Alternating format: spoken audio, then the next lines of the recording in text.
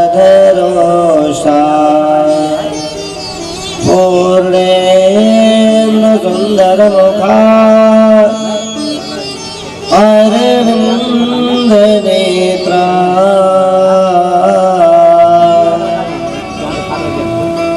कृष्णात् परं किमपि त्वमहं न जाने।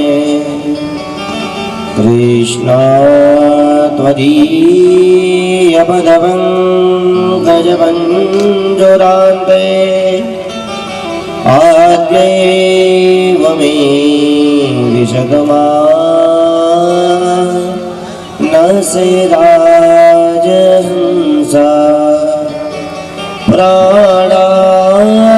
प्रयाण समये कफवात पेते कंठावरोधन विधो स्मरणं कुतस्ते। नारायणं नमस्कृत्य नरं चैव नरोत्तमं देवीं सरस्वतीं व्यासं ततो जयमुदीरये। आइए हनुमंत विराजिए कथा करो मति अनुसार प्रेम सहित गादी धरो विराजिए पवन कुमार। गुरुर्ब्रह्मा गुरुर्विष्णु गुरुर्देवो महेश्वरः गुरु साक्षात् परब्रह्म तस्मै श्री गुरवे नमः। जय जय श्री राधा रमण जय जय नवाल किशोर जय गोपी चितचोर प्रभु जय जय माखन चोर। मोर मुकुट कटिकाक्षिणी कर मुरली उन्माल एहि बालक मो मन सदा बसं बिहारी लाल। श्री कृष्ण चंद्र कृपालो भजो मन नंदनंदन यदुवरम। श्री कृष्ण चंद्र कृपाल भज भज नंदनंदन यदुवरम। आनंदमय सुखदासी प्रजापति भक्त जन संकट आनंद श्री कृष्ण चंद्र कृपाल भज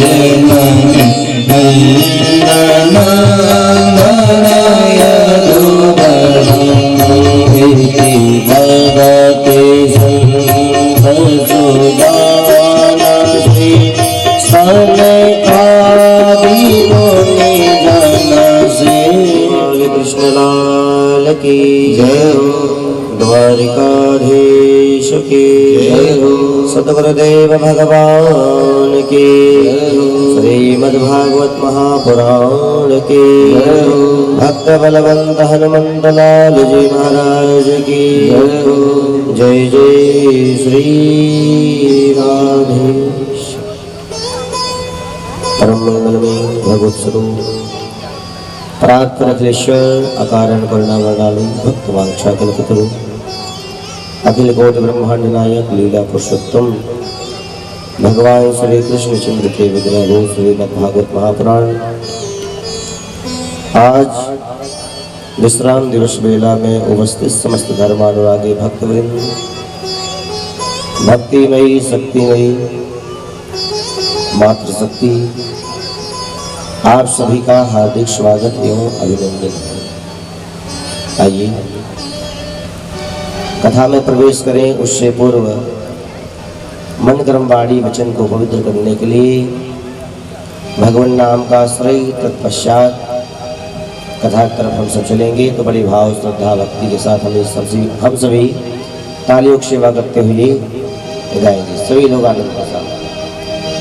तेरी शरण में आके मैं धन्य हो गया, तेरी शरण में आके मैं धन्य हो गया,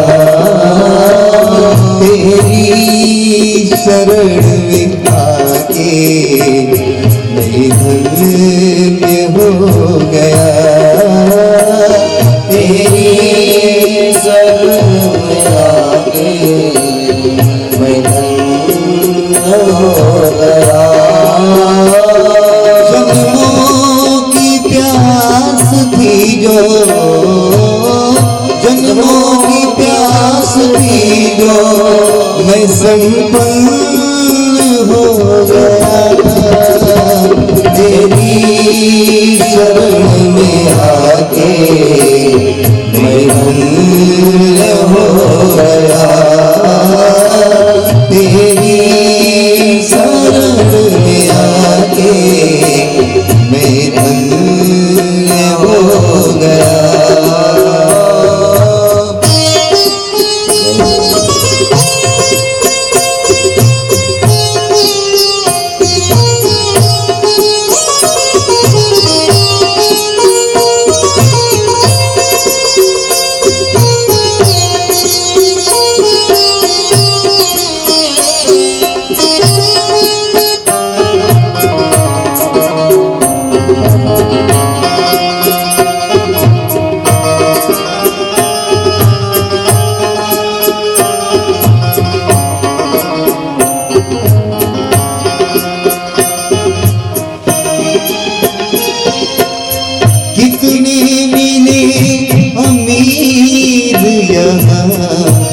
कितने गरीब,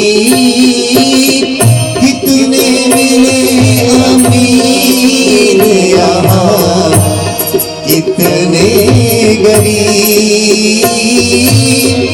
कितने मिले अमीर यहाँ, कितने गरीब, पर आप मिल गए तो, पर आप मिल गए तो मैं धनवान हो गया, पर आप मिल गए तो मैं धनवान हो गया। जन्मों की प्यास थी जो, जन्मों की प्यास थी जो, मैं संपन्न हो गया, तेरी शरण में आके मैं धन्य हो गया, तेरी शरण में आके मैं धन्य हो गया।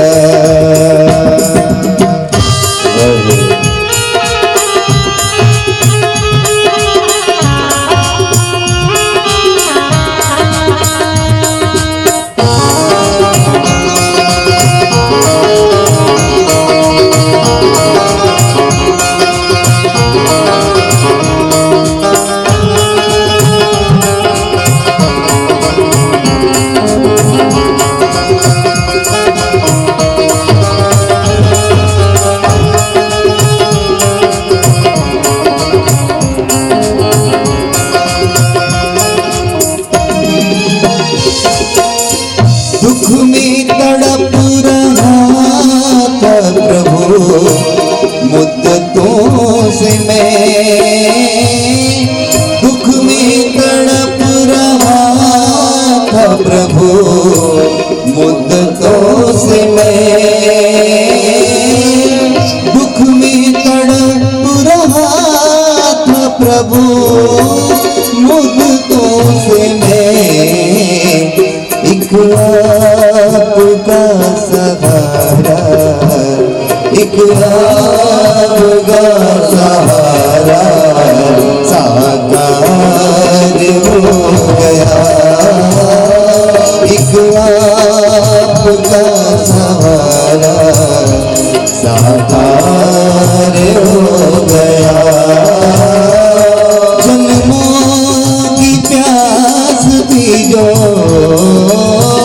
जन्मों की प्यास थी जो, मैं संपन्न हो गया, तेरी शरण में आके मैं धन्य हो गया, तेरी शरण में आके मैं धन्य हो गया, मैं धन्य हो गया, मैं धन्य हो गया।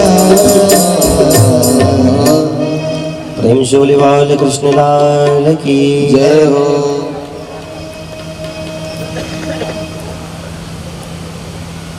आइए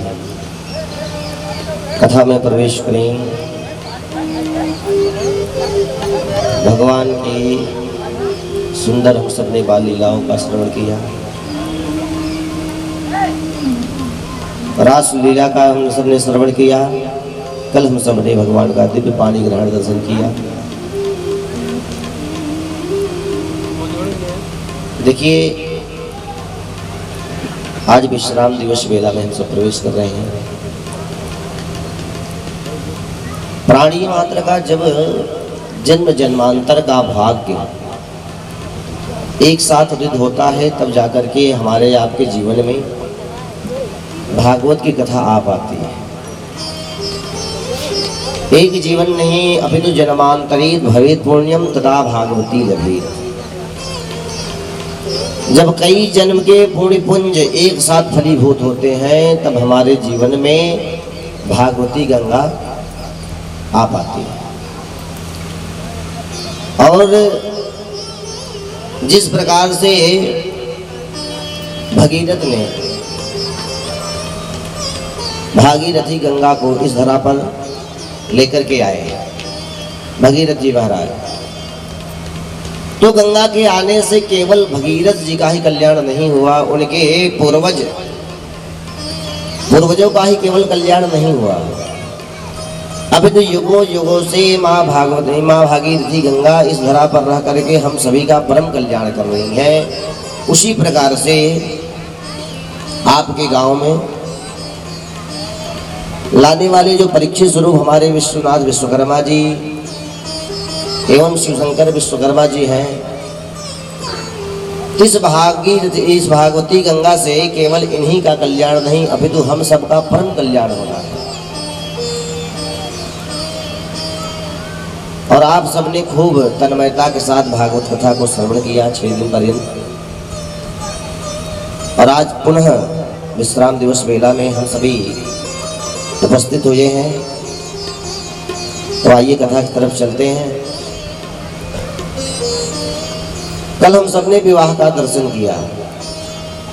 भगवान का प्रथम विवाह सुखदेव महाप्रभु कहते हैं मां रुक्मिणी अम्बा के साथ हुआ,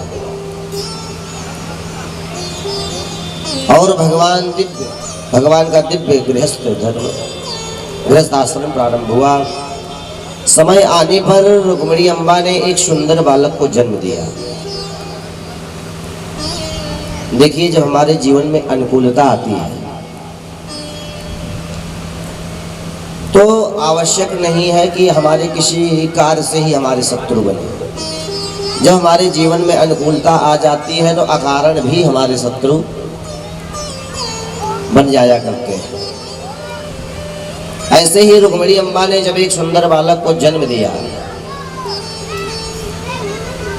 तो एक संबरासुर नामक दैत्य है, जिसे पता है कि कृष्ण पुत्र के द्वारा हमारा वध सुनिश्चित है, तो वह परम मायावी संबरासुर नामक दैत्य आकर के श्रुतिका गृह से ही भगवान कृष्ण के बालक को चुरा करके ले जाता है। आकाश मार्ग से ले जा रहा था, सोई नारद बाबा मिल गए। अरे भैया कहाँ जा रहे हो? लेकिन नारद जी ऐसे संत हैं जिनकी पूजा सर्वत्र होती है। दैत्यों के यहाँ चले जाएं तो वहाँ भी जलपान नाश्ता करके चले आते हैं, देवताओं के यहाँ चले जाएं तो वहाँ भी जलपान नाश्ता करके चले आते हैं। तो इनकी पूजा सर्वत्र होती है। दैत्य मिलते हैं तो वो भी इनको प्रणाम करते हैं, पूजा करते हैं। देवता मिलते हैं तो वो भी इनको प्रणाम करते हैं, इनकी पूजा करते हैं। अब संबरासुर मिला, महाराज प्रणाम किया। नारद जी ने पूछा कहाँ जा रहे हैं? संबरासुर ने बताया कि हमारा शत्रु है, इसी के द्वारा हमारा वध होना सुनिश्चित है, इसलिए इसको मारने के लिए मैं श्रुतिका गृह से लेकर के आया हूँ। तो नारद जी ने कहा इसमें और यत्न करने की क्या आवश्यकता है? नीचे देखो, नीचे विशाल समुद्र है, समुद्र में डाल दो। कितनी सारी मछलियां हैं, खा जाएंगी। संबरासुर ने कहा हाँ हाँ महाराज, कहा तो आपने बढ़िया, बहुत यत्न करने की आवश्यकता नहीं है, समुद्र में डाल देते हैं। सही संबरासुर ने उस बालक को समुद्र में डाल दिया। समुद्र में डाल दिया तो मछुआरों ने एक मछली को पकड़ा और वह मछली उस बालक को निगल चुकी थी। वह मछली घूम करके बड़ी मछली थी, सबने विचार किया कि यह मछली हम अपने राजा को दे आते हैं। तो उनका राजा कौन? भाई संबरासुर। तो वह मछली पहुंच गई संबरासुर के रसोई घर में, और संबरासुर के रसोई घर में काम करती है एक महान मायाविनी रति, जो कामदेव की पत्नी है। तो रति यहाँ पर मायावती के नाम से राक्षस कुल में उत्पन्न होकर के अपने पति का इंतजार करते हुए काम कर रही है। जैसे ही रसोई में वह मछली आई, मछली को काटा गया, सोई बालक मिला। बालक का हम क्या करेंगे? ले जाकर के संबरासुर को देना चाहे। संबरासुर ने कहा तुम ही रखो। रति ने बालक को ले लिया। अब बालक का लालन पालन रति करने लगी। सो एक दिन नारद बाबा आ गए। रति के पास आकर के नारद बाबा ने सारी बातें बता दी कि यह बालक कोई और नहीं, अभी तो तुम्हारा पति है। मेरा पति? महाराज जी। तो ये साक्षात कामदेव है, जिनको भोलेनाथ ने भस्म कर दिया था। जब रति रोने लगी कि हमारे पति कैसे प्राप्त होंगे हमें, तब भोलेनाथ ने वरदान दिया था कृष्णावतार में भगवान कृष्ण के पुत्र बन करके कामदेव तुम्हें प्राप्त होंगे। जब यदुवंश कृष्ण अवतारा, जब यदुवंश कृष्ण अवतारा, कोई गई हरन महामहिमारा, कोई है हरन महामहिमारा। कृष्ण तनय हुई है पति तोरा, कृष्ण तनय हुए है पति तोरा।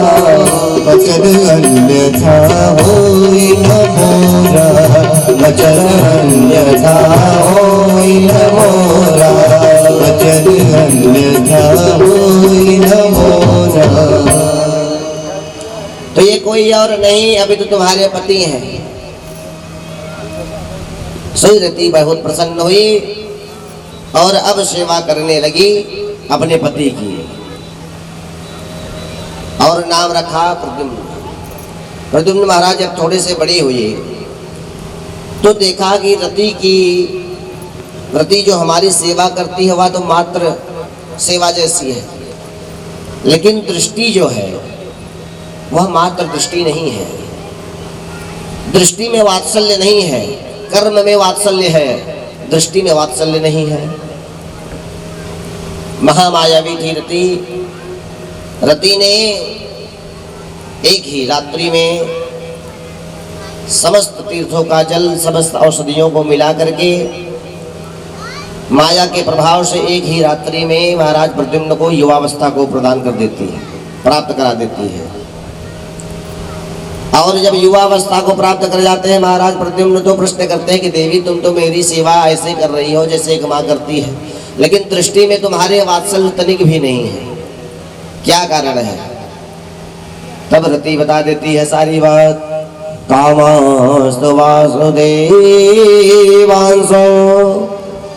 दग्ध प्रागरुद्रमन्युना देवो पपत्तये भोजा स्तमेम प्रतपज्यत। हे देव, आप कामदेव हैं। महादेव ने आपको भस्म कर दिया था। जब मैंने बहुत निवेदन किया तो उन्होंने कहा था कि आप वसुदेव भगवान श्री कृष्ण के, वसुदेव के जो पुत्र वासुदेव भगवान श्री कृष्ण है उनके पुत्र बन करके आप जन्मेंगे। भवान नारायण सुता संबरेण हृतो गृहात् अहम ते अधिकृत कृता पत्नी रति कामो भवान प्रभो।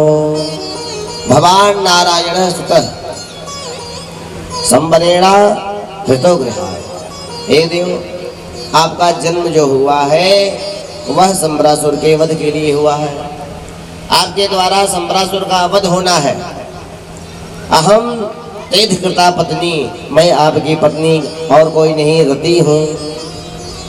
जब प्रद्युम्न महाराज ने सारा वृत्तांत सुना, सब समझ गए, जाकर के संबरासुर को ललकारा और ललकार करके संबरासुर का वध किए। वध करके अपनी पत्नी सहित द्वारिका पहुंचे। सुखदेव महाप्रभु कहते, राजन, जितने समय में प्रद्युम्न महाराज गए विवाह करके संबरासुर को मार करके वापस आए, उतने समय में भगवान के विवाह हो गए। कुल मिलाकर के 16,108। परीक्षित ने कहा, महाराज इतने कम समय में ऐसे कैसे हो सकता है? यदि नित्य प्रति भी एक विवाह करें तो भी नहीं हो पाएगा,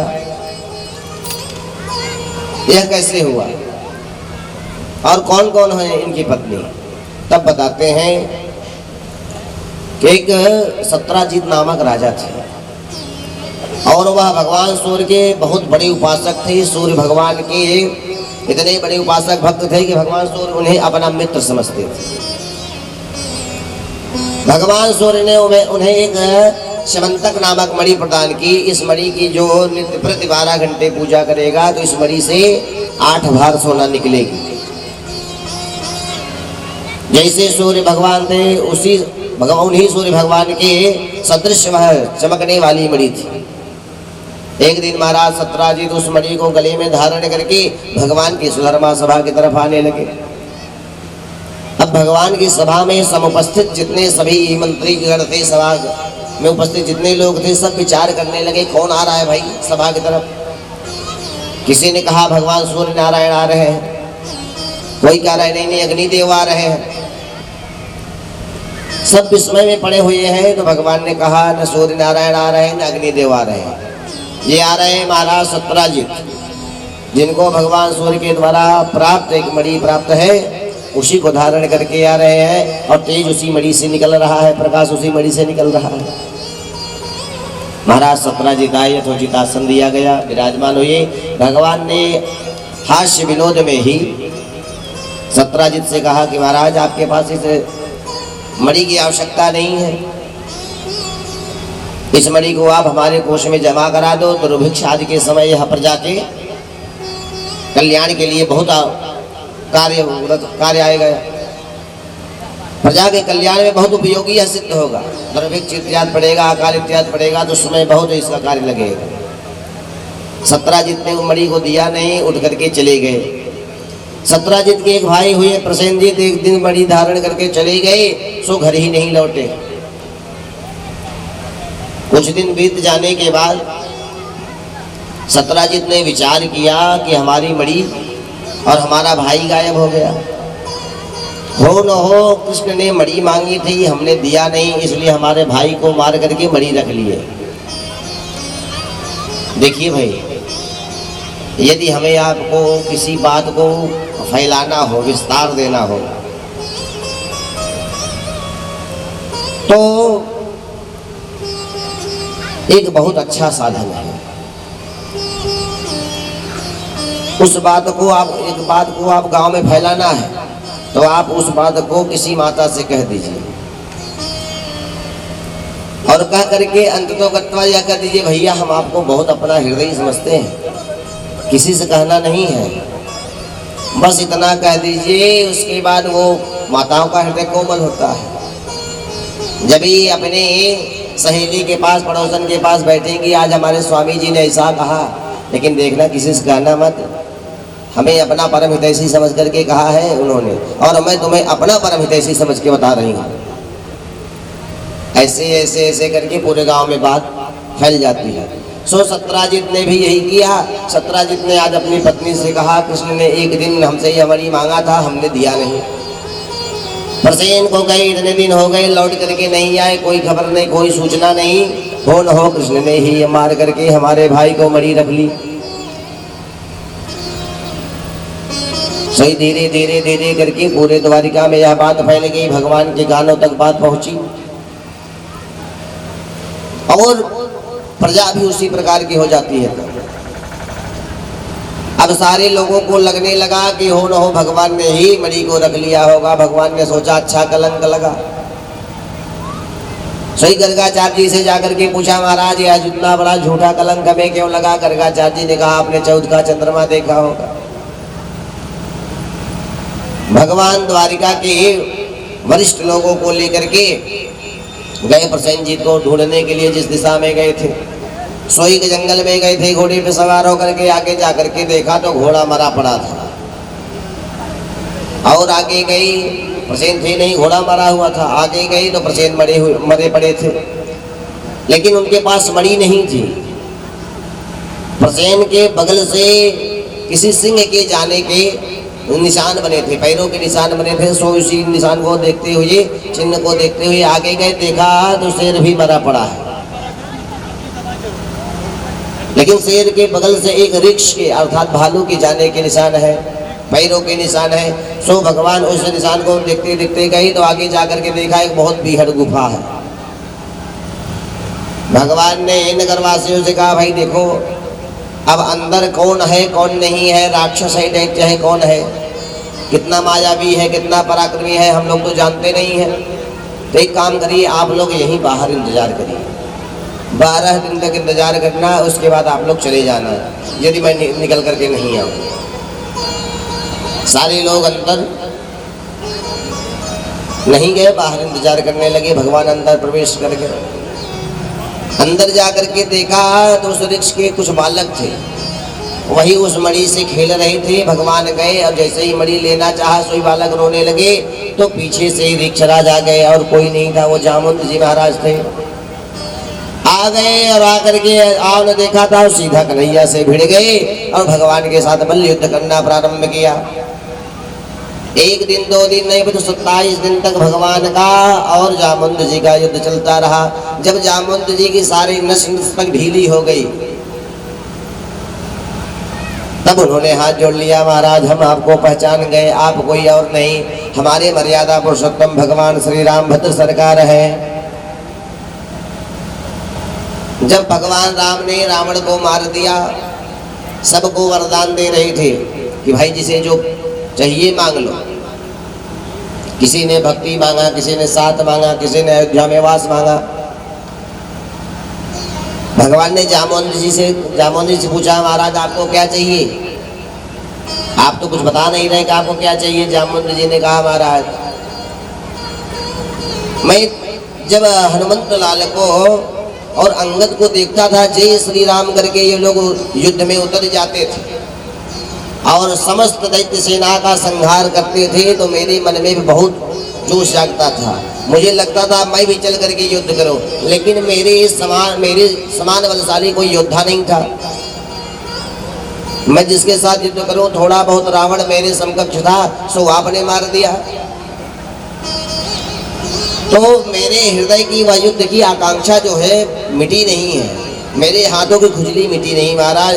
तो मैं सोच रहा हूँ रावण को मारा है आपने, तो आप रावण से ज़्यादा पराक्रमी है, तो आप तो मेरे समकक्ष लग रहे हैं। सोई मैं चाह रहा हूँ प्रभु आप मुझे कुछ देना ही चाह रहे हैं, तो बस यही दे दीजिए कि आपका हमारा दो दो हाथ हो जाए। भगवान ने कहा भाई देखो, इस अवतार में तो हम मर्यादा पुरुषोत्तम हैं, सेवक और स्वामी आपस में मल्लयुद्ध करें यह मर्यादा के विपरीत है, इसलिए इस जन्म में तो नहीं। लेकिन हाँ, द्वापर के अंत में मैं कृष्णावतार धारण करके रूप धारण करके आऊँगा, उसमें सभी का मनोरथ पूर्ण करूँगा। क्योंकि इस अवतार में मैं मर्यादा पुरुषोत्तम हूँ, उस अवतार में लीला पुरुषोत्तम बन करके आऊँगा और समस्त प्रकार की लीला मैं करूँगा। सोई भगवान कृष्णावतार धारण करके आए और आज जा करके जामवंत जी की आकांक्षा को पूरा किया। बोल बाल कृष्ण लाल की जय हो। आने का कारण पूछा, भगवान ने सारा वृत्तांत बताया, किसी कारण से हम आए हैं, मणि चाहिए। जामवंत जी ने कहा महाराज मणि तो नहीं दे सकते, यह मणि मैंने अपनी बिटिया को दे दिया है, मणि तो आप बिटिया से ले करके मैं दूं, यह हो नहीं सकता महाराज। बेटी को दिया हुआ कुछ वस्तु वापस नहीं लिया जाता है, बेटी को देने के बाद, गुरु को देने के बाद, ब्राह्मण को देने के बाद वापस नहीं ले सकते। भगवान ने कहा ठीक है फिर हम जा रहे हैं। जामवंत जी ने कहा महाराज रुकिए तो, अभी बात पूरी सुने नहीं जा रहे हैं। महाराज यदि आपको मणि चाहिए तो मैंने मणि तो बेटी को दे दी है, एक काम करिए आप मेरी बेटी को ही ले लीजिए, मेरी बेटी का आवरण कर लीजिए। जब बेटी आपकी हो जाएगी तो मणि भी आपकी हो जाएगी, बेटी के साथ मणि भी आपके साथ चली जाएगी। सोई भगवान का दूसरा विवाह जामवंत जी की पुत्री जामवंती जी के साथ हो गया मणि के चक्कर में। भगवान जामवंती जी को लेकर के आए, मणि वापस किया सत्राजित को। अब वही जो नगर के लोग थे सब कह रहे थे नहीं नहीं भैया कन्हैया चुरा सकते हैं, बचपन की आदत है चोरी करने की, चुरा सकते हैं। आज वही सारे नगर के लोग सत्राजित को थू थू करने लग गए, सभी लोग गालियां देने लग गए। समाज सभा बैठी रहे, सत्राजित आ जाते हैं, सारे लोग उठ करके चले जाते, भैया इसका मुंह तो देखना पाप है, इसने भगवान को चोरी लगा दिया था। ये भीड़ है महाराज, कब हवा बदल जाती है पता नहीं चलता है। अभी कुछ दिन पहले लोग करे थे नहीं नहीं भगवान चुरा सकते हैं, अब सभी लोग सत्राजित को गालियां दे रहे हैं। सत्राजित रोते हुए आए, भगवान के चरणों में लेट गए, प्रभु बचाइए। भगवान ने कहा क्या हो गया? सत्राजित ने कहा प्रजा मुझे जीने नहीं देगी, सारे लोग मुझे गालियां दे रहे हैं, महाराज इस मणि को आप रख लो। भगवान ने कहा नहीं नहीं भैया मणि आप अपने पास रखो। सत्राजित ने कहा ऐसा मैं क्या करूं, विचार किया ऐसा मैं क्या करूं कि लोग मुझे गाली न दे। तो सत्राजित को लगा कि भगवान का संबंधी बन जाऊं तो लोग मुझे गाली देने की हिम्मत नहीं करेंगे, सबको लगेगा भैया कन्हैया के संबंधी है तो इनको तो गाली नहीं दे सकते। सोई सत्राजित महाराज ने कहा कि एक काम करिए प्रभु, आप मेरी कन्या है सत्यभामा, उसका वरण कर लीजिए, मुझे बचाइए। तो भगवान ने महाराज सत्राजित को बचाने के लिए तीसरा विवाह सत्यभामा जी के साथ किया। मणि देने लगे तो भगवान ने कहा एक काम करिए मणि अपने पास रखिए, मणि नहीं चाहिए, मणि की नित्य पूजा करिए। लेकिन जो मणि से स्वर्ण निकले 8 बार सोना, उसको लाकर के कोष में जमा करा दीजिए। सोई महाराज सत्राजित पूजा पाठ करते और स्वर्ण जो निकलता वह ले जा करके कोष में जमा करा देते। अच्छा, इसी कारण से सत्यभामा जी का भाव हमेशा चढ़ा रहता था। भगवान की अष्टपटरानियां हैं, उसमें से 7 तो रूठती हैं, लेकिन कभी कभी 6 रूठती हैं। रुक्मिणी जी कभी भगवान से नहीं रूठी, कभी, बाकी 6 जीवन भर में 1 आध बार। लेकिन सत्यभामा जी का रोज का काम, कभी किसी चीज के लिए रूठ जाए। क्यों? क्योंकि भगवान के कोष में जो धन है उसका आधा प्रतिशत जो है 50% वह सत्यभामा जी के ही मायके से आया करता था, इसलिए उनका माथा हमेशा गर्म रहा करता था। जिनके मायके से सामग्री आ जाती है तो फिर उनका थोड़ा सा भाव बढ़ा रहता है कि हमारे मायके से आया हुआ है। सोई सत्यभामा जी का भाव हमेशा बढ़ा रहता था। सुखदेव महाप्रभु कहते हैं भगवान का इस प्रकार से तीसरा विवाह हुआ। एक बार भगवान चले गए हस्तिनापुर घूमने के लिए।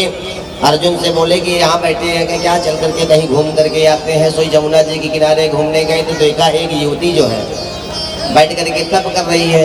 भगवान ने अर्जुन को भेजा, जाओ देख करके या उसको क्या समस्या है भाई, क्यों तप करने के लिए बैठी है। अर्जुन ने जा करके पूछा, देवी जी आप क्यों हैं, आप कौन है, यहाँ क्यों बैठी है। सोई उस देवी ने उत्तर दिया, हे राजन, हे अर्जुन, अहम देव सवितुर्दुहिता पतिमिच्छति विष्णुं वरेण्यं वरदं तपः परममास्थिता। हे अर्जुन, अहम देवश सवितुर्दुहिता, मैं भगवान सूर्य नारायण की पुत्री कालिंदी हूँ और पति विच्छति, मैं पति प्राप्त करने के लिए तप कर रही हूँ। अर्जुन ने कहा कैसा पति चाहिए बताओ, हम ही ढूंढ देते हैं। तो कालिंदी महारानी ने कहा कि यह ढूंढना नहीं है, हम ढूंढ चुके हैं। विष्णु वरेण्यम वरदः, मैं भगवान नारायण को अपने पति के रूप में वर्ण कर चुकी हूँ और उन्हीं का इंतजार कर रहे हूँ कब आकर के मेरा वर्ण वो करेंगे। सोई उछलने लगे अर्जुन, अरे देवी फिर तो आपका मनोरथ पूर्ण हो गया, अब आपको और तपस्या करने की आवश्यकता नहीं है। भगवान को बुलाया और वहीं जमुना जी के पावन पुलिन पर भगवान का विवाह हो गया। इस प्रकार से चौथा विवाह कालिंदी जी के साथ।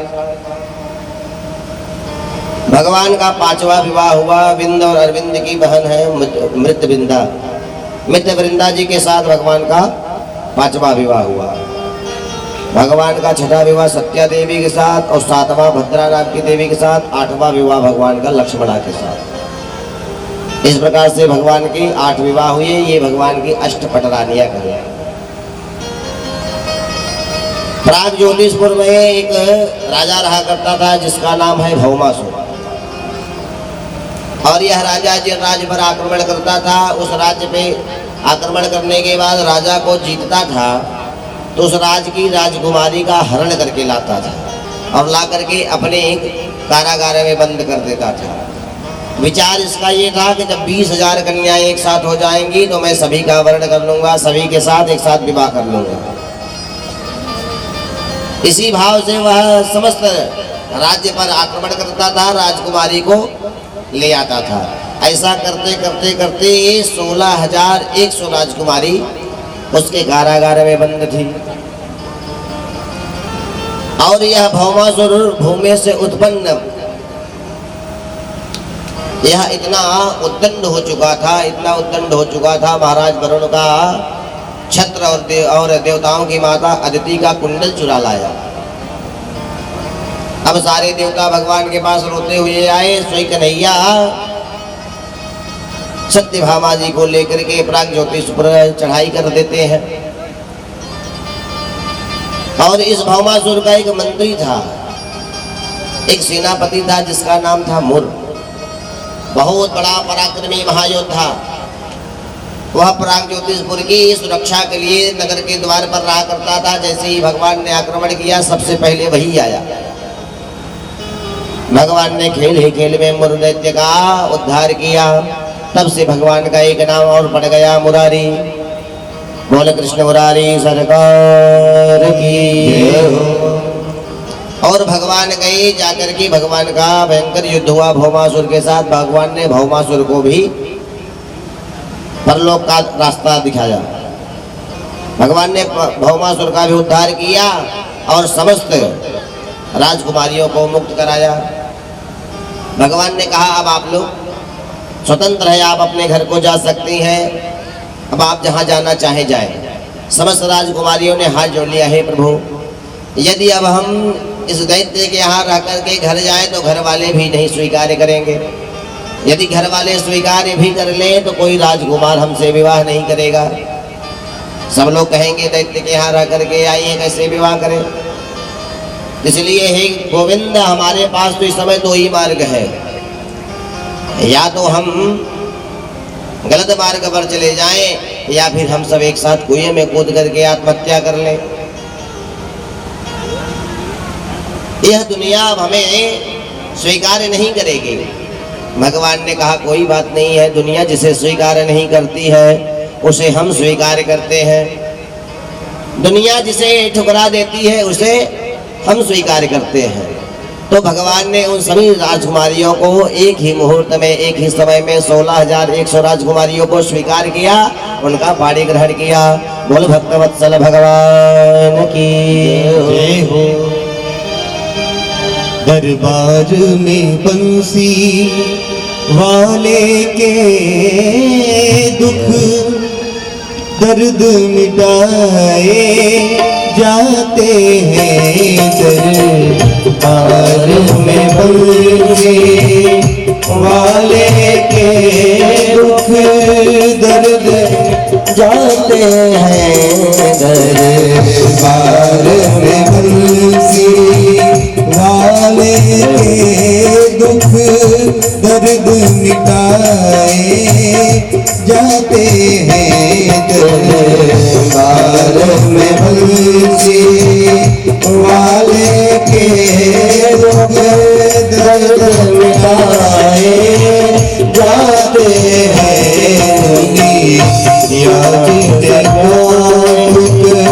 राधे पिया गले लगाए जाते हैं। तूने याद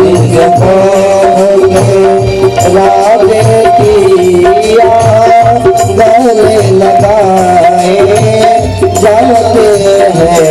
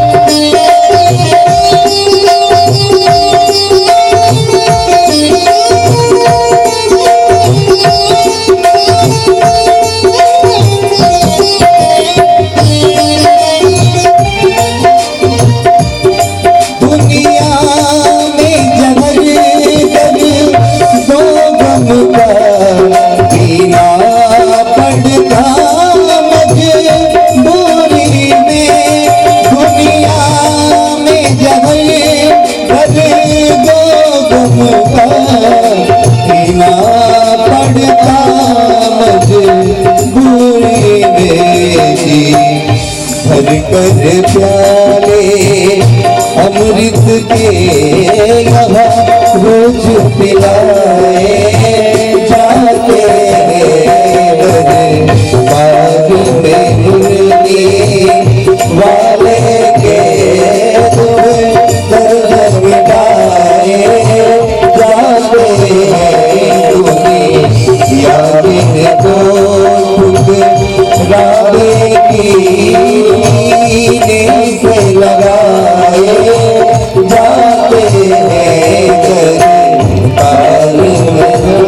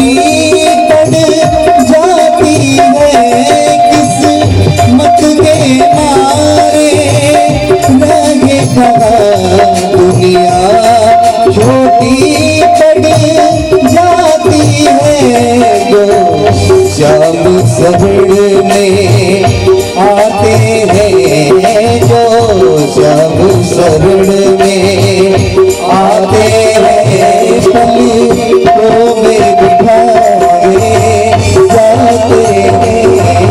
दरबार में बंसी वाले के दर्द मिटाए जाते हैं। दरबार में बंसी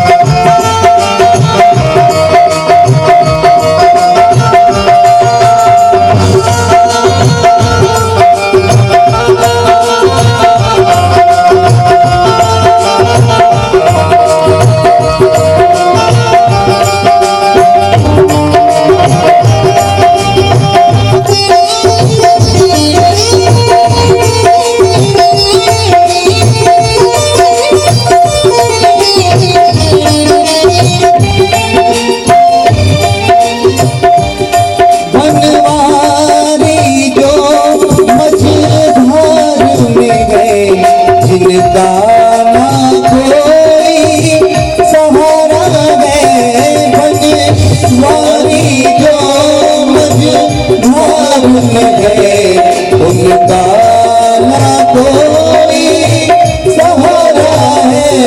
तो आंसू गिरा दो चरणों में, तो आंसू गिरा दो चरणों में, पार लगाए जाते हैं।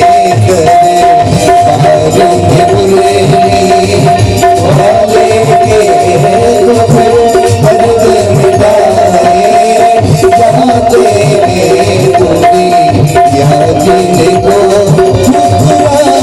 ठुकराती यहाँ गले लगाए जाते हैं। दरबार में मुरली दरबार में मुरली। बोलो भक्त वत्सल जय हो। सुखदेव महाप्रभु कहते राजन, इस प्रकार से भगवान के विवाह हो गए 16,108 और समस्त रानियों से 10-10 पुत्र हुए, एक एक कन्या। भगवान का दिव्य गृहस्थ जीवन चल रहा। भगवान ने एक दिन विचार किया। भगवान ने विचार किया कि हमसे सारी हमारी पटरानियां रूठती रहती हैं, सारी हमारी रानियां पटरानियां सब रूठती रहती हैं किसी न किसी कारण बस, लेकिन ये रुक्मिणी हमसे कभी नहीं रूठी। अरे इनसे इन्हें तो सारे सैनिक सारे दास दासी सब प्रसन्न रहते हैं। ऐसा स्वभाव रुक्मिणी अम्बा का। जितने दास दासी हैं सब बहुत प्रसन्न रहते हैं। रुक्मिणी अम्बा का इतना शील स्वभाव है, हृदय में दया भरी हुई है, सबके प्रति वात्सल्य भरा हुआ है। कोई कुछ कह देता है, कठोर वचन भी कह देता है, तो रुक्मिणी अम्बा उस बात को सहन कर जाती है, उसका कभी प्रत्युत्तर प्रतिकार नहीं करती है। भगवान विचार करने लगे कि सबका रूठा हुआ चेहरा तो मैंने देखा है, लेकिन कभी रुक्मिणी का रूठा हुआ चेहरा मैंने देखा नहीं, तो आज देखा जाए। रूठने के बाद, नाराज होने के बाद, क्रोध आने के बाद इनका स्वरूप कैसा होता है। तो भगवान ने ऐसी लीला की। आज भगवान बैठे हुए थे अपने निज पर्यंक पर। रुक्मिणी अम्बा आई, हाथ में जल लेकर के भगवान को देने के लिए। जल लेकर के जैसे ही आई, खड़ी भई, भगवान मुंह लटका करके बैठे हुए थे। अब लीला करने में तो निपुण है। बरहा पीड़म नटवर वपु। नटवर वपु है, बहुत बड़े अभिनेता है। इनकी लीला को देख करके बड़ी बड़ी देवताओं का भी माथा घूम जाता है। ऐसी लीला करी कि ब्रह्मा जी जिनके पास 4 दिमाग वो भी चक्कर में पड़ गए। लगा कि हमारा ब्रह्म नहीं हो सकता, ये समस्त ब्रजवासियों का झूठा मीठा खा रहा है, ये हमारा ब्रह्म नहीं हो सकता भाई। तो भगवान आज लीला करने के लिए भगवान मुंह लटका करके बैठे हैं। रुक्मिणी अम्बा आई, प्रणाम किया, हाथ में जल लेकर के खड़ी है, पूछ रही हैं आपका हे प्रभु आपका मुखमंडल ऐसे लटका हुआ क्यों है? भगवान ने कहा कुछ नहीं देवी, ऐसे कुछ विचार कर रहे हैं। रुक्मिणी अम्बा ने कहा यदि आप उचित समझे तो हमें बताएं, कोई समस्या हो तो यदि आप हमें समझे तो बताएं। भगवान ने कहा देवी आपको तो बताना ही है, मैं ये सोच रहा हूं कि आपने हमसे विवाह किया ही क्यों। अब रुक्मिणी अम्बा भयभीत होने लगी कि भाई क्या हो गया, विवाह भी हो गया, पुत्र भी हो गए, पौत्र भी हो गए, अब जाकर के इनको याद आया कि विवाह क्यों किया।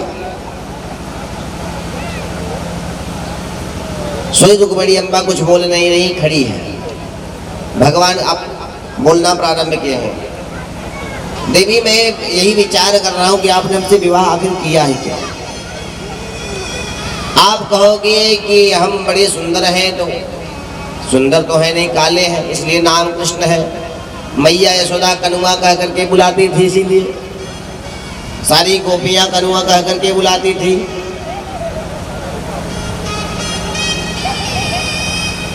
अरे हमारे न माता का पता है न पिता का पता है। कुछ लोग कहते हैं देवकी वसुदेव का पुत्र है, कुछ लोग कहते हैं नंद यशोदा का पुत्र है। हमारे माता पिता का भी पता नहीं है। आप कहेंगे अरे प्रभु हम तो विवाह न करते, ये साधु महात्मा लोग हमारे कान में आपकी लीला कथा गा करके कानों के माध्यम से हृदय में हमारे प्रेम जागृत हो गया आपके प्रति। तो देवी ये साधु महात्माओं के पास और काम क्या है? फक्कड़ बाबा है, करने के लिए कुछ और है नहीं। दरवाजे दरवाजे जा करके मांगते हैं और मेरा ही गुणगान करते रहते हैं, जो मिलता है सो पा लेते हैं। आपने अच्छा नहीं किया हमसे विवाह करके। और भगवान कहे जा रहे हैं, रुक्मिणी अम्बा के मुखमंडल पर दृष्टि डाले जा रहे हैं, देखे जा रहे हैं मुखमंडल बदला कि नहीं। जब देख सबसे हार गई, देखा तनिक भी क्रोध नहीं आया, कोई रोष नहीं आया, तो अंततोगत्वा उन्होंने कह दिया देवी एक बात कहें, आपके लिए सर्वोत्तम वर कोई और नहीं शिशुपाल था, और अभी भी कुछ बिगड़ा नहीं है, आप कहो तो बात चलाएं। जैसे ही भगवान ने कहा रुक्मिणी अम्बा पसीने से लथपथ हो गई और मूर्छित होकर के गिरने लगी। ये रुक्मिणी अम्बा हैं जो मूर्छित होकर के गिर रही हैं। आज की माताएं होती मजाल है कोई कह के निकल जाए, सोई सर फोड़ देती है। शादी के इतने साल हो गए, बेटा हो गए, बेटों की शादी हो गई, पोते हो गए, तब जाकर के याद आया हमसे विवाह क्यों किया। भगवान अपना चतुर्भुज रूप धारण करके रुक्मिणी अम्बा को पकड़ के खड़े हैं, दो हाथ से संभाले हैं, एक हाथ से सर पर हाथ फेर रहे हैं, दूसरे हाथ से पंखा कर रहे हैं। रुक्मिणी अम्बा को कुछ देर बाद जब जागृति भई, रुक्मिणी अम्बा बैठी सामने। भगवान ने कहा देवी हम आपसे विनोद कर रहे थे, क्षमा करना, हमें नहीं पता था कि आपको इतना कष्ट पहुंचेगा। हम तो बस हास परिहास विनोद के लिए आपसे ऐसा कह दिए, बाकी हमारा कोई आपको कष्ट पहुंचाने का मंतव्य नहीं था। रुक्मिणी अम्बा ने कहा प्रभु आपने जो कहा सब ठीक ही तो था। अब भगवान का मुंह लटक गया, भाई मतलब ठीक ही था, हमारे माता का पता नहीं, पिता का पता नहीं, ये साधु महात्मा ऐसे ही हमारे लिए गाते रहते हैं। न मैं सुंदर हूं, मैं तो रण छोड़ करके भाग गया था। भगवान क्या कर रहे, क्या करे देवी? रुक्मिणी अम्बा करे सही तो कर रहे हैं, आपने जो कहा है सब सही कहा है। आपने कहा कि आपके माता पिता का पता नहीं है, कौन है? तो हे गोविंद, हम आपसे यह पूछना चाहती हैं कि आपका भी कोई माता पिता होता है? अरे जगत के माता पिता तो आप हैं, आपके माता पिता होते हैं क्या, ये कोई नहीं जानता है। जगत को आप बनाते हैं, जगत आपसे है, आप किससे कोई नहीं जानता है। सारी सृष्टि आपको कहती है त्वमेव माताश्च पिता त्वमेव। इसलिए हे गोविंद, आपका कोई माता पिता नहीं है और आपका जन्म नहीं, आपका प्राकट्य होता है। भगवान का जन्म नहीं होता है, भगवान का अवतार होता है। आजकल एक नया फैशन चला है सोशल मीडिया वगैरह पर, किसी का जन्म दिवस हो तो तुरंत बड़े बड़े अक्षरों में लिख दिया जाता है, अरे भैया मुकेश जी को अवतरण दिवस की हार्दिक शुभकामनाएं। देखिए भाई, हम सभी का जन्म हुआ करता है, परमात्मा का अवतार होता है। अवतरति इति अवतारः, जो उतर करके आया है, जान करके समझ करके आया है कि मैं किस लिए आया हूँ, उसका अवतार होता है। और हम लोग उतर के नहीं आए हैं, हम लोग धक्का मारे गए हैं। हम लोगों को फेंका गया है वहां से। पूर्व जन्म में पुण्य किया गया होगा हमारे द्वारा, तो हम लोग स्वर्ग गए होंगे। और स्वर्ग में परमानेंट वहां कोई नहीं रहता है। जितना हमारे पुण्य का रिचार्ज होता है उतने दिन हम वहां रहते हैं। धीरे धीरे पुण्य समाप्त होता है तो कहते हैं क्षीणे पुण्य मृत्युलोकम विसंति। जैसे ही पुण्य का रिचार्ज समाप्त, सोई धक्का दे करके भेज दिया जाता है पुनः। और पाप कर्म किए होंगे, सोई नरक जा करके भोग करके पुनः आए हैं। तो हमारा अवतार नहीं, हम सबका जन्म होता है। उदाहरण से समझे, जैसे एक व्यक्ति किसी गड्ढे में गिरा हुआ है। व्यक्ति जा रहा था, देखा नहीं गड्ढे को, गिर गया अचानक से गड्ढे में। दूसरा व्यक्ति, उसका मित्र जा रहा था, अरे भैया आप गड्ढे में गिर गए। तो दूसरा व्यक्ति, उसका मित्र, उसको निकालने के लिए जब गड्ढे में उतरता है तो उतरने वाले व्यक्ति को ये थोड़ी कहेंगे कि ये गड्ढे में गिर गया है। गिरा तो पहले वाला था, दूसरा वाला उतरा है गड्ढे में जान करके स्वयं से, पहले वाले को निकालने के लिए। ठीक उसी प्रकार से इस अंधकुएं में हम सब गिरे हुए हैं। परमात्मा हम सबको इस कुएं से, अंधकूप से बाहर निकालने के लिए उतर करके आते हैं, हमारा परम कल्याण करने के लिए। तो भगवान हमारा कल्याण करने के लिए उतर करके आते हैं, इसलिए उनका अवतार होता है। और हम सभी फेंके गए हैं, इसलिए हमारा जन्म होता है। तो रुक्मिणी अम्बा कहती हैं कि आप जो कल्याण करने के लिए अवतार धारण करते हैं, आपके माता पिता कोई नहीं होते हैं। और आपने कहा कि साधु महात्मा सदा मेरे फक्कड़ लोग, जिनके पास खाने की व्यवस्था नहीं है, जिनके पास किसी सोने की व्यवस्था, रहने की व्यवस्था नहीं, ऐसे साधु महात्मा मेरी महिमा मंडन करते रहते हैं, इनकी बातों में नहीं आना चाहिए। तो हे गोविंद, इस संसार में कौन है जो सबसे ज्यादा सुखी है, सबसे ज्यादा धनवान है? कहते हैं कबीरा सब जग निर्धना, धनवंता नहीं कोई, धनवंता सोई जानिए, जाको राम नाम धन हो। इस संसार में तो वही सबसे बड़ा धनवान है जिसके पास भगवान नाम का धन होता है। नहीं तो जो यह भौतिक धन है, रुपया पैसा है, तो इसकी सबसे बड़ी समस्या है। चोरी हो जाए, लूट लिया जाए, मांग लिया जाए। लेकिन जो भगवान नाम का धन संतों के पास होता है, इसे कोई चुरा नहीं सकता, कोई लूट नहीं सकता, कोई मांग नहीं सकता, कोई ले नहीं सकता।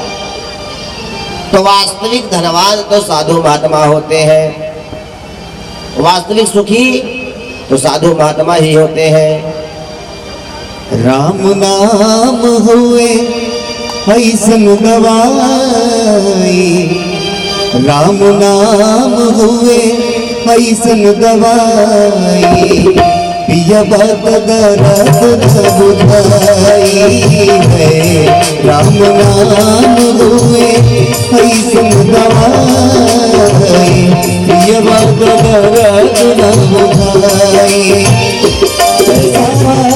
कट जाई सारा जिंदगी के पाप कट जाई, ये बात दर्द न बुझाई है।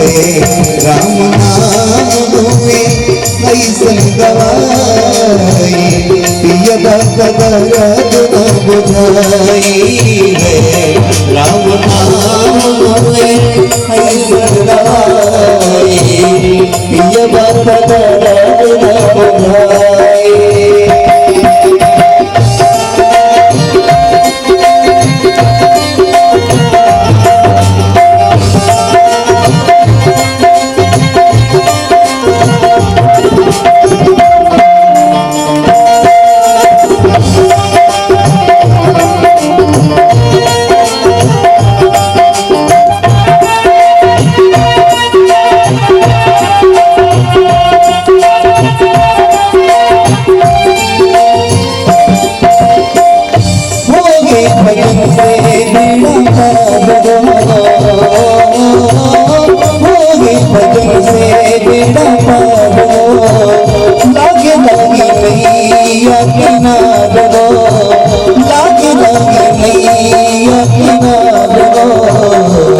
मन राम जी के हो, मन राम जी के भजन में लगाई, मन राम जी के भजन में लगाई, पिया बात दर्द न बुझाई है।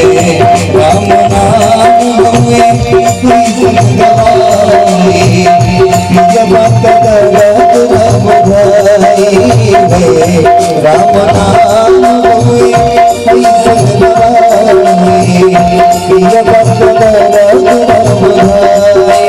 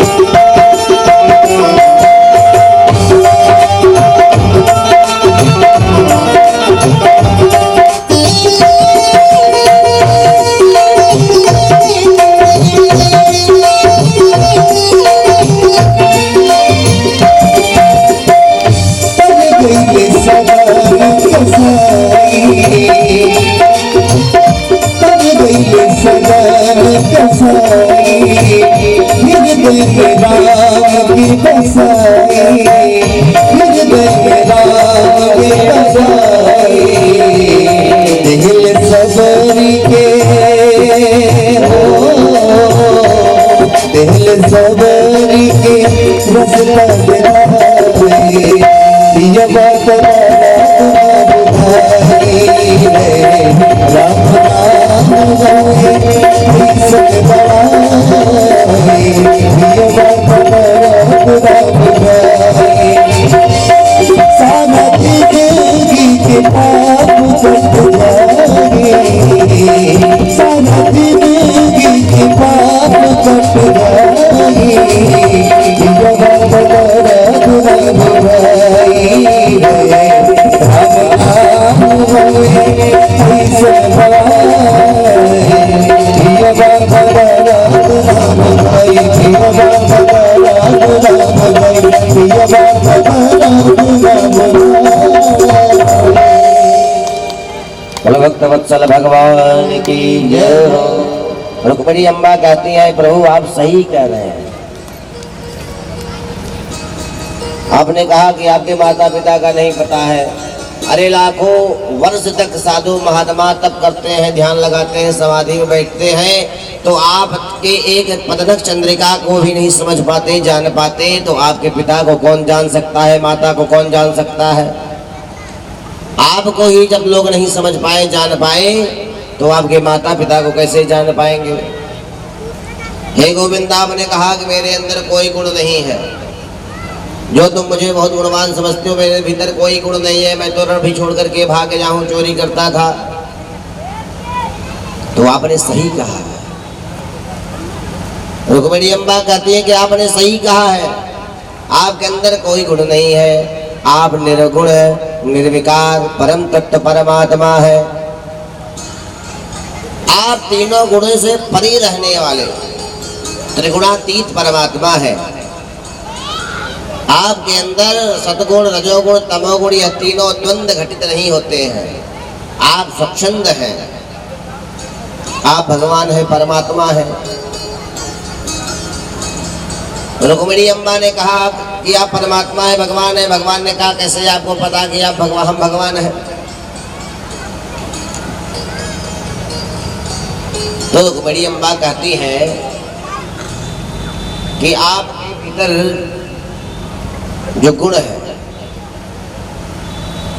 तरुणो रूप संपन्नो सुकुमारो महाबलो, कहते हैं रुक्मिणी अम्बा कि आप सुकुमार और महाबली हैं। ये बात शोभन खाने जाकर के अपने भाइयों से कहा था, तो रुक्मिणी अम्बा वही स्मरण करा रही हैं। तरुणो रूप संपन्नो सुकुमारो महाबलो, परमात्मा कौन है, यह वाक्य सिद्ध करता है। तो कहते हैं सुकुमारो महाबलो। देखिए भाई, जो व्यक्ति सुकुमार होगा वो महाबली कभी नहीं हो सकता। सुकुमार माने तनिक भी कष्ट पड़े, थोड़ा धूप में निकल जाए सो बीमार हो जाए, थोड़ा मेहनत वाला काम करा लीजिए उससे न हो पाए बीमार हो जाए। तो हमारे कन्हैया अति सुकुमार हैं। लेकिन पराक्रम की बात आए तो महाबलो, महाबली है। यह दोनों घटना एक साथ, विपरीत घटनाएं जब एक साथ जिसके भीतर घट जाए वह परमात्मा ही होता है। इसलिए हे गोविंद, आप परमात्मा है, परम तत्व है, निर्गुण निर्विकार है। सुखदेव महाप्रभु कहते हैं, राजन, इस प्रकार से भगवान ने रुक्मिणी अम्बा के साथ विनोद किया। भगवान अपने छोटे नन्हे मुन्ने बाल गोपाल को सबको बहुत स्नेह प्रेम करते हैं। एक दिन भगवान अपने समस्त बाल गोपाल को सबको शाम बाल को लेकर के टहलने के लिए गए एक बाग में। तो एक वृक्ष के नीचे भगवान बैठ गए। सभी बालकों से कहा, सभी यदुवंशी बालकों से कहा, भाई तुम लोग खेलो, हम यहीं विश्राम कर रहे हैं। सारे यदुवंशी बालक खेल रहे थे। तो वहां पे एक कुआं था, कुएं में गेंद गिरी। सारे लोग जाकर के देखे तो कुएं में एक विशाल गिरगिट पड़ा हुआ था।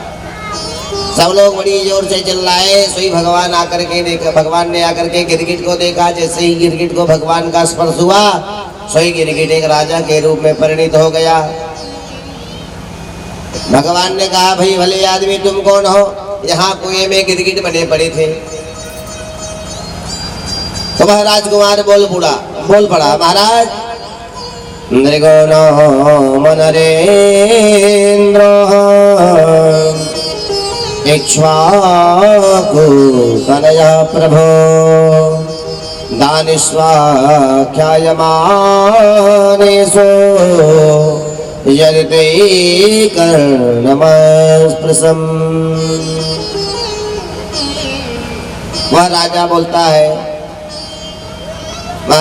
हे भगवान, नृगोहम नरेंद्रोहम, महाराज मेरा नाम नृग है और मैं इक्ष्वाकु का पुत्र हूँ। इक्ष्वाकु तनया प्रभो, हे प्रभु, मैं सूर्यवंश में उत्पन्न राजा इक्ष्वाकु का पुत्र नृग हूँ।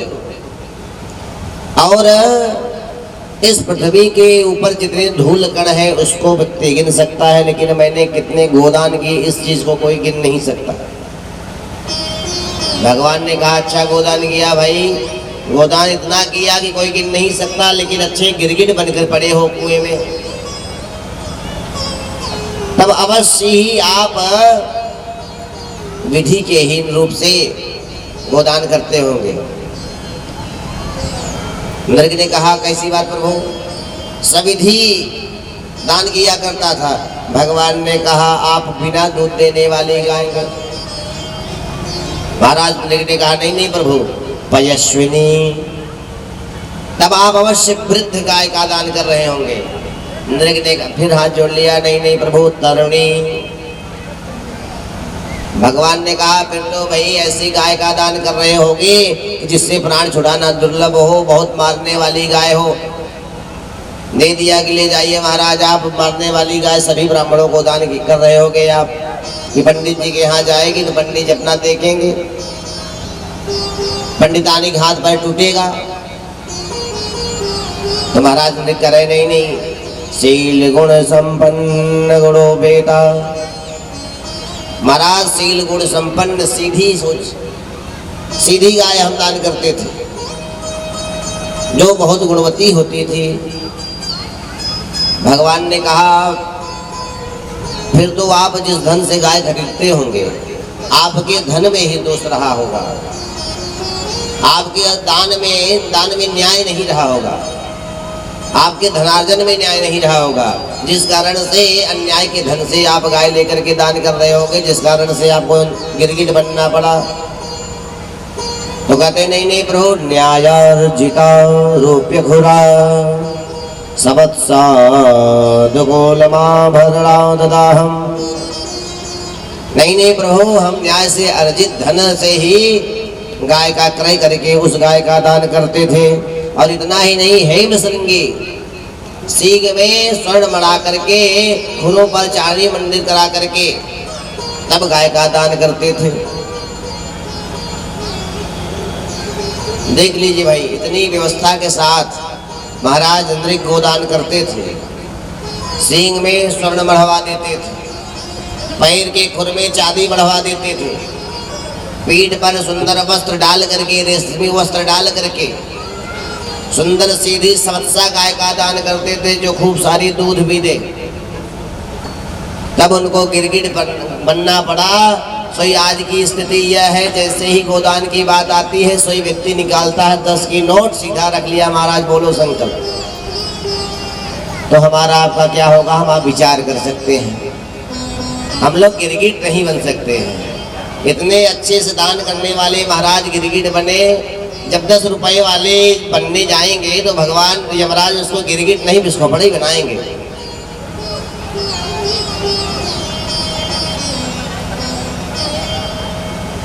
गिरगिट तो नहीं बन सकते हम, क्योंकि हमारा दान उससे भी नीचे है ना। जैसे ही पंडित जी ने कहा कि भाई निकालो गोदान करना है, यज्ञ किया है, यज्ञ में किसी प्रकार की त्रुटि हो न हो और सब पूर्ति के लिए गोदान करिए। जो कुछ मनसा वाचा कर्मणा त्रुटि भई हो उसके प्रायश्चित स्वरूप एक गोदान करना चाहिए। सही हम सभी 10 रुपए निकालते हैं, महाराज लीजिए गोदान। ये 10 रुपए वाली दान जो है बिस्कुपड़ा योनि में ले जाएगी, इससे बढ़िया कार्रवाई मत करिए।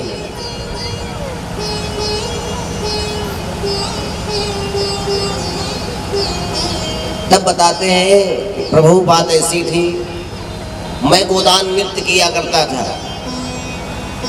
सूर्योदय से पहले मैं गायों का दान कर दिया करता था। एक दिन मैंने एक ब्राह्मण को दान किया गाय, और वह गाय गई उन पंडित जी के घर। रात्रि में उनके घर से छूट करके पता नहीं कैसे हमारे गौशाला में पुनः आ गई, और प्रातः मैं उस गाय को पहचान नहीं सका और उस गाय का दान पुनः किसी अन्य ब्राह्मण को कर दिया। जैसे ही मैंने संकल्प उन पंडित जी को दिया, सो पहले जिनको दिया था वह पंडित जी आ गए। अब दोनों पंडित जी कहेंगे ये गाय हमारा है, वो कहे ये गाय हमारी है, वो कहे ये गाय हमारी है। महाराज मैं न इनकी तरफ बोल पाया न उनकी तरफ बोल पाया। वो कहे बताओ राजा ये गाय मेरी है, तो मैं हाँ कह देता था। अब वो कहने लगे कि अभी अभी तुमने इस गाय को मुझे दिया है, बताओ ये गाय मेरी है, सही मैं हाँ कर देता। तो महाराज दोनों राजाओं, दोनों पंडितों के ब्राह्मण के कहने पर मैं हाँ हाँ करता रहा। सोई पंडित जी नाराज हो गए कि तू गिरगिट की तरह बार बार रंग बदल रहा है, कभी कह रहा है उनकी गाय गाय है, कभी कहता है हमारी गाय है। तो तू बता नहीं पा रहा है, इसलिए जा तू गिरगिट बन जाएगा। सो महाराज मैं चरणों में गिर गया ब्राह्मणों के कि प्रभु हमने जीवन में इतने सत्कर्म किए, उसका परिणाम ये कि मैं यही गिरगिट बन करके रहूंगा। ब्राह्मणों ने संतुष्ट होकर के कृपा की हमारे ऊपर कि द्वापर के अंत में भगवान कृष्ण का अवतार होगा और भगवान कृष्ण के बोलो भक्तवत्सल भगवान की जय हो। द्वापर के अंत में भगवान कृष्ण का अवतार होगा। भगवान कृष्ण के स्पर्श से, उनके चरण रस से तुम्हारा परम कल्याण हो जाएगा। तुम पुनः मानव योनि को प्राप्त करके भगवत धाम के अधिकारी बनोगे। प्रबल प्रेम के पाले पड़कर प्रभु को नियम बदलते देखा, प्रभु को नियम बदलते देखा। प्रबल प्रेम के पाले पड़कर प्रभु को नियम बदलते देखा, प्रभु को नियम बदलते देखा। जाए अपना मार करे टल जाए, भक्त कमान न टलते देखा, भक्त कमान न टलते देखा, भक्त कमान न टलते देखा। बोल भक्त वत्सल भगवान की जय। इसलिए हे महाराज, हे प्रभु, उन ब्राह्मणों का श्राप नहीं, यह मेरे लिए तो वरदान था। जो आपका दर्शन मुझे मिल गया, आज मैं धन्य हो गया। भगवान की स्तुति करते हुए महाराज मृग अपने भगवान के धाम को गए। भगवान अपने सभी बालकों को, सभी यदुवंशी बालकों को बैठा करके समय आने पर उपदेश करते हैं। आज उसी वन में कुएं के पास बैठ करके भगवान सभी बालकों को उपदेश करते हैं। कहते हैं आप सब जीवन में कभी भी ब्राह्मणों का अपमान मत करना, अनादर मत करना। क्यों? कहते हैं जीवन में आप यदि विषपान कर लेते हैं, विषपान आप कर लीजिए, मैं आपकी सुरक्षा कर लूंगा। आप किसी के साथ युद्ध कर लीजिए, वहां मैं आपको बचा लूंगा। लेकिन यदि आप किसी संत, किसी ब्राह्मण, किसी साधु महात्मा वैष्णव भक्त का अपराध कर देंगे तो मैं भी आपको नहीं बचा पाऊंगा, मैं भी आपको संरक्षण नहीं दे पाऊंगा। क्यों? क्योंकि साधु महात्मा वैष्णव आदि का जो हो विरोधी होता है, जो उनका विरोध करता है, सबसे पहले तो वो मेरा विरोधी हो जाता है। भगवान समझा रहे हैं, नाहम हालाहलम मन्ये विषम यश प्रतिक्रिया, ब्रह्मस्वं ही विषम प्रोक्तम नाश प्रतिभुवि। समस्त बालकों को समझा रहे हैं, लेकिन सारे बालक सब नीचे करके हंस रहे हैं। ये हमारे पिताजी न जाने क्या इन ब्राह्मणों की, इन महात्माओं की हमेशा प्रशंसा करते रहते हैं। इन भक्तों के लिए हमेशा पता नहीं क्या क्या उपदेश करते रहे, ये नहीं करना चाहिए, वो नहीं करना चाहिए।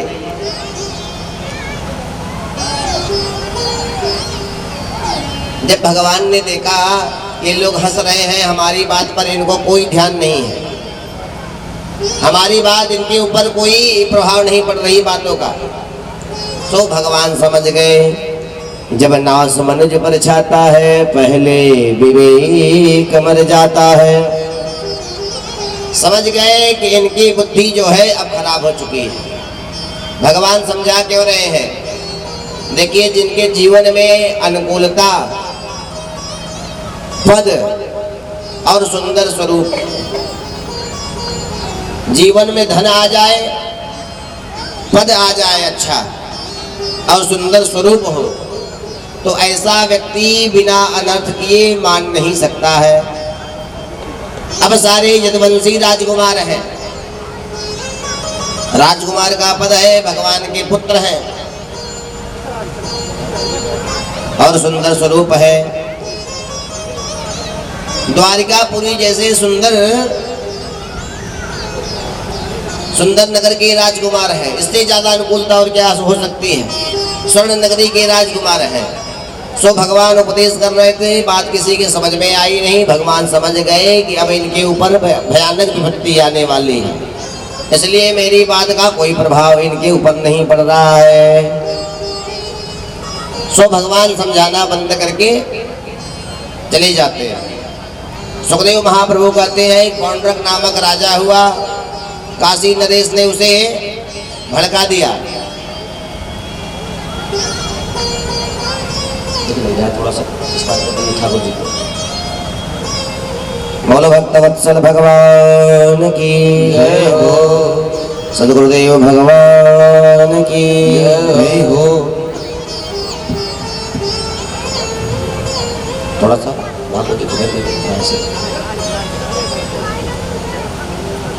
एक पौंड्रक नामक राजा हुआ, काशी नरेश ने भड़का दिया कि एक काम करिए, आप बन जाइए भगवान वासुदेव कृष्ण, हम बन जाएंगे आपके। सुनिए उधर,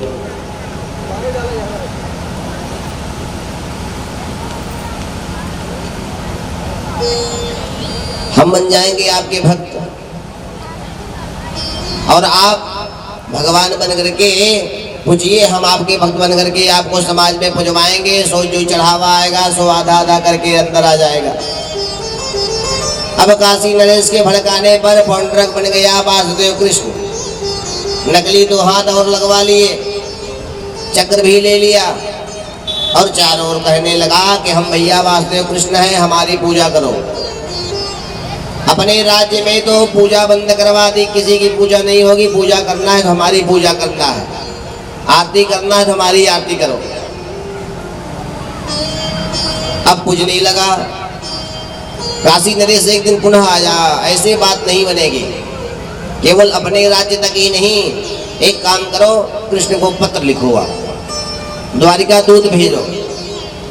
बहुत डरपोक है, आप जरासंध से डर करके भागा था, आप बढ़िया पत्र लिखो, धमकी भरा हुआ, जहाँ धमकी सुना सोई भाग छोड़ करके भागेगा। द्वारिका भी चल करके हम लोग द्वारिका में निवास करेंगे, फिर वहाँ आपकी दिव्य पूजा होगी। सोई पौंड्रक ने एक पत्र लिखा। पत्र लेकर के दूत आया। भगवान ने दूत का स्वागत किया, कहा भाई कौन, कहाँ से आए हैं? तो कहा महाराज पौंड्रक ने पत्र भेजा है। भगवान ने कहा पढ़ करके सुनाइए। तो पौंड्रक कहता है, वासुदेवो वदीर्णोऽहं मेव एवं चापरः भूतानां अनुकम्परथा त्वं तु मिथ्याभिशंसिनः। पौंड्रक ने लिखा, वासुदेवो अवतीर्णोऽहं, वासुदेव मैं हूँ और अवतार मेरा हुआ है। क्यों? भूतानाम अनुकंपार्थम, समस्त प्राणियों के ऊपर अनुकंपा करने के लिए मेरा अवतार हुआ है, मैंने अवतार धारण किया है। तुम तो मिथ्याभिशंसिनः, तुम झूठे हो। यदि जीवित रहना चाह रहे हो तो मेरी शरणागति स्वीकार करो और द्वारिका छोड़ करके भाग जाओ। भगवान ने जैसे ही पत्र सुना, जरूर जरूर शरणागति लेंगे, और ऐसा कह करके भगवान दाऊ जी हंसने लगे। भगवान ने दाऊ जी से कहा, भैया चल करके हम लोग शरणागति लेते हैं पौंड्रक वासुदेव स्वामी के पास।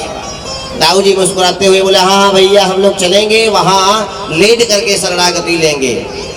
सोई दाऊ जी महाराज और भगवान गए हैं। जा करके भगवान ने पौंड्रक और काशी नरेश का उद्धार किया। बोल भक्त वत्सल भगवान की जय हो। भगवान आकर के अपनी सुधर्मा सभा में बैठे ही थे, सोई पांडवों का संदेश आ गया। महाराज अश्वमेध यज्ञ कर रहे हैं, आप हस्तिनापुर पधारे। जैसे ही पांडवों का संदेश आया, उसी समय 20,000 100 राजा जो है जरासंध ने अपने कारागार में बंद किए हुए थे। सो उन्होंने भी भगवान को पत्र लिखा कि हे गोविंद हमारे ऊपर भी कृपा करें, हम सब कारागार में बैठे हुए हैं और नाना प्रकार की विपत्तियों को दुख को झेल रहे हैं। सो भगवान ने कहा आज दोनों कार्य एक साथ करेंगे। भगवान गए पांडवों के पास। भगवान ने कहा देखो भाई आप सब अश्वमेध यज्ञ कर रहे हैं, क्या आपने समस्त पृथ्वी के राजाओं को जीत लिया है या वह सब आपके अनुकूल है? पांडवों ने कहा महाराज सब तो है, सब राज्य को तो हमने जीत लिया है, लेकिन महाराज जरासंध को हम लोग जीत नहीं पाए क्योंकि उनकी सेना सबसे विशाल सेना इस धरती की और उनसे हम जीत भी नहीं पाएंगे। दूसरा राज्य हमारा हस्तिनापुर है तो उसमें तो जीतना क्या है। भगवान ने कहा ठीक है। तो भगवान अर्जुन और भीमसेन को लेकर के गए। प्रातः काल जब से ब्राह्मणों ने अनुष्ठान किया, भगवान उसके युद्ध से भागे रणछोड़ भये, सोई भगवान ब्राह्मणों का बहुत बड़ा भक्त हो गया जरासंध। प्रातः प्रातः समस्त ब्राह्मणों को पहले बहुत सारा दान करता था, उसके बाद कुछ खाता पीता था। भगवान अर्जुन और भीमसेन को लेकर के गए, राजा दान करने के लिए लगा हुआ था जरासंध। तो जैसे ही भगवान की बारी आई, जरासंध ने कहा ब्राह्मण देवता बताइए हम आपको क्या दे दें। ने कहा पहले आप वचन दीजिए कि जो हम मांगेंगे देंगे। जरासंध ने कहा ब्राह्मणों के लिए तो हमारा सर्वस्व निछावर है महाराज, मैं वचन देता हूँ, बताइए आपको क्या चाहिए। भगवान ने कहा युद्धम दयिनो राजन द्वंद्वसो यदि मन्यसे युद्धार्थिनो वयं प्राप्ता राजन्यानान्यकांक्षिणः। हे राजन यदि आप हमें कुछ देना ही चाहते हैं तो आप हमें युद्ध का दान दीजिए। कैसा युद्ध? द्वंद्व युद्ध। हमें और कोई आकांक्षा नहीं है, किसी चीज की अभिलाषा नहीं है। जैसे ही युद्ध मांगा सही जरासंध समझ गया कि ब्राह्मण तो नहीं हो सकते। ब्राह्मण किसी भी परिस्थिति में हर हाल में कभी नहीं चाहेगा कि युद्ध करें, और ये मांग करके युद्ध हमसे कह रहे हैं कि युद्ध दीजिए मुझे, मुझसे युद्ध करिए। जरासंध ने कहा अवश्य युद्ध का दान देंगे, आपने हमें हमसे मांगा है तो हम आपको अवश्य युद्ध का दान देंगे, आपके साथ युद्ध करेंगे, लेकिन पहले आप बताइए आप कौन है। सही भगवान अपना परिचय देने लग गए। अजम तो वयसा तुल्यो नाति सत्तो न मे समान। भगवान कहने लगे राजन मैं आपका पुराना शत्रु कृष्ण हूँ। जैसे ही भगवान को देखा, भगवान के नाम को सुना, सोई बीपी शुगर सब बढ़ गई जरासंध की। हे भगवान जैसे तैसे करके तो एक बार इज्जत बचाए हैं, 17 बार हरा करके भेजा था। ब्राह्मणों के प्रताप से एक बार जो थोड़ी सी इज्जत बची है, युद्ध छोड़ करके भागा था, उसको मिटाने मेरे घर आ गया। ये दोनों कौन है? ये अर्जुन है, ये भीमसेन है। सोई जरासंध कहने लगा तुम्हारे साथ युद्ध करो ये मेरे मर्यादा के खिलाफ है। क्यों? तुम तो मेरे सामने से भाग गए थे, तो भागे हुए परास्त योद्धा के साथ मैं कभी युद्ध नहीं करता हूँ, और ये अर्जुन डेढ़ हड्डी का, ये मेरे साथ क्या युद्ध करेगा। अर्जुनो न भवेत योद्धा भीमस्तुल्य बलो ममा। अर्जुन तो योद्धा लगता ही नहीं है द्वंद्व युद्ध का। यहाँ पर बाण नहीं चलाना है, द्वंद्व युद्ध करना है। भीम लग रहा है कुछ मेरे समान बलशाली, तो भीम के साथ युद्ध करेंगे। सोई भीम दादा को गर्व हुआ, भगवान से कहने लगे अर्जुन से देखा कन्हैया आपको भी फेल कर दिया, अर्जुन को भी फेल कर दिया, मुझे पास किया। मैं योद्धा हूँ, मेरी चर्चा है त्रैलोक में। अर्जुन को तो जानता नहीं कर रहा है, अर्जुन तो योद्धा लगता ही नहीं, अर्जुन कौन सा योद्धा है। सही छाती चौड़ी करके युद्ध प्रारंभ हुआ। भीमसेन युद्ध करने चले गए। विशाल युद्ध हुआ, कई दिन तक युद्ध चलता रहा। भीमसेन युद्ध करते करते करते करते जरासंध के एक पैर के ऊपर पैर रखते हैं, जरासंध को बीच से फाड़ के दो टुकड़ा करके फेंक देते हैं। और जैसे ही घूमते हैं तो पीछे से आकर के वह फिर से युद्ध में संलिप्त हो जाता था, संलग्न हो जाता था, वह जुड़ जाता था। ऐसा करते करते करते करते 27 दिन बीत गया। जरासंध तो मरा नहीं, लेकिन मर गई भीम दादा की आत्मशक्ति। भगवान से कहने लगे, कन्हैया है केशव, अब मैं बचूंगा नहीं, मैं जा रहा हूँ। ये तो मरने से रहा, लेकिन मैं जरूर मर जाऊंगा। ये नहीं मरेगा महाराज, लेकिन इसके चक्कर में मैं जरूर मर जाऊंगा। अब मैं नहीं इसके साथ युद्ध कर सकता। भगवान ने कहा, दादा यदि आप अपने अभिमान से बाहर आकर के युद्ध करते समय एक बार मेरे ऊपर दृष्टि डाल देते तो कब का आप इसका अंत करके अपने वापस नगरी चले गए होते। आज आप युद्ध करने जाइए, मेरी तरफ दृष्टि डालिएगा। भगवान ने बहुत ढांढस बना करके भेजा। भीमसेन पुनः गए, युद्ध कर रहे थे। युद्ध करते करते कन्हैया की तरफ कातर दृष्टि से देखा, सोई कन्हैया ने एक तृण उठाया, तृण को बीच से फाड़ा, विपरीत दिशा में फेंक दिया। सोई भीमसेन सारी स्थिति समझ गए और उसको बीच से फाड़ करके विपरीत दिशा में फेंक दिया। सोई जरासंध का अंत हो गया। बोल भक्तवत्सल भगवान की जय हो। यह जरासंध जब जन्मा था तो 2 भाग में जन्मा था, बीच से फटा हुआ आधा आधा। तो इनकी माँ ने ले जाकर के इनको वन में फेंक दिया था। ऐसे तो टुकड़े बालक को कौन रखेगा। लेकिन जरा नामक व्याध ने, एक जरा नामक राक्षसी ने संधि करके जोड़ करके इसको जीवित किया था, इसलिए इसका नाम जरासंध पड़ा।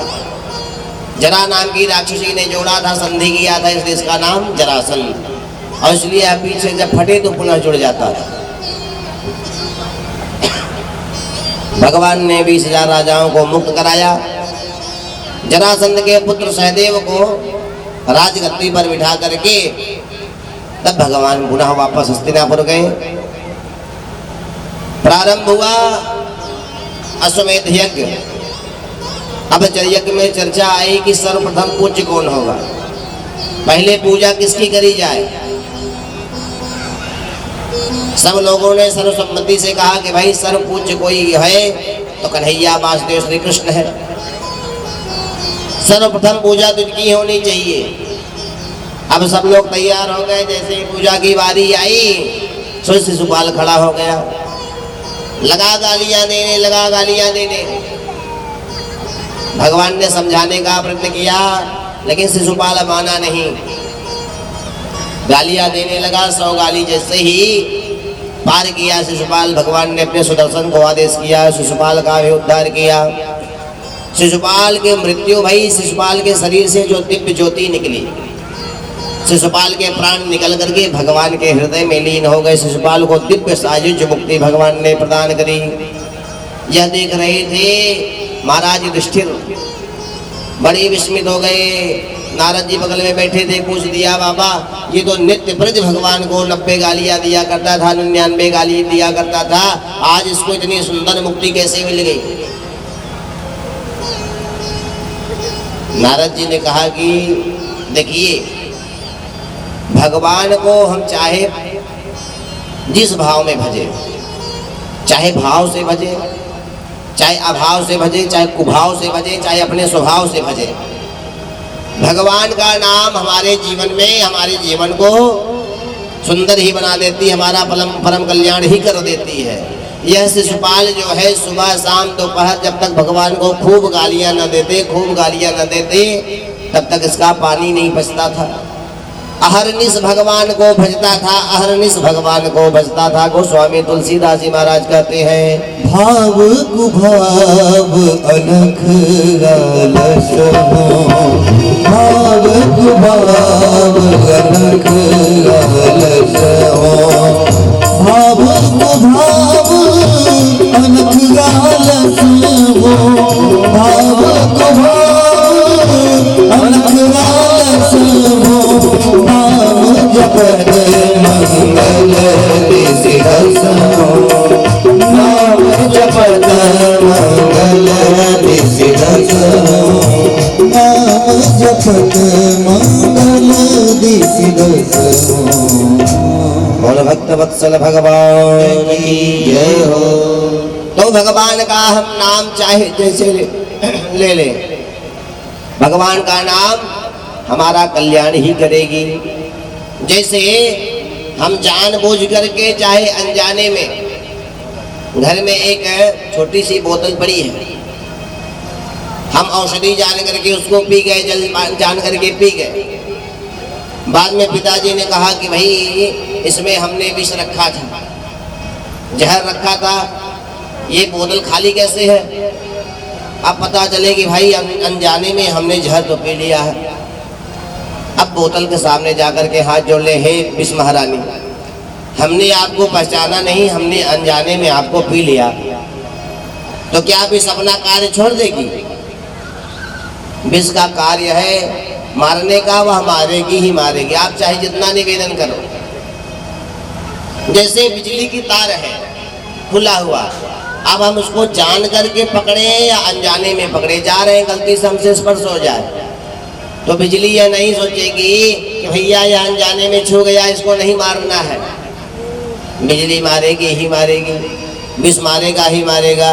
ठीक उसी प्रकार से भगवान नाम हम जब लें, चाहे जानबूझ करके ले, चाहे अनजाने में ले, चाहे भाव से ले, चाहे कुभाव से ले, वह हमारा परम कल्याण कर ही देगा। बोल भक्त वत्सल भगवान की जय हो। सुखदेव महा